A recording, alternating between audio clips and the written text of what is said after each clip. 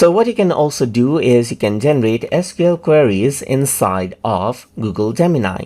So to do that, I'm going to go around and say write a SQL query to create a new table named people with columns SN, name and address right here, just like this. So if I were to go ahead and do that right here, then you can see that I get SQL query right here, just like this. So you can see that it says create table people and SN int, a name is varchar and address is text. So I can simply go ahead and copy this and bring it into a database management application like MS Access and paste it out right here. So once I paste it out, I can go to query design and run. And there you go. There's the table right here. And there's the SN as you can see right here. I can enter out the name and address as you can see right here, just like this. So now you can see that there's also a validation right here,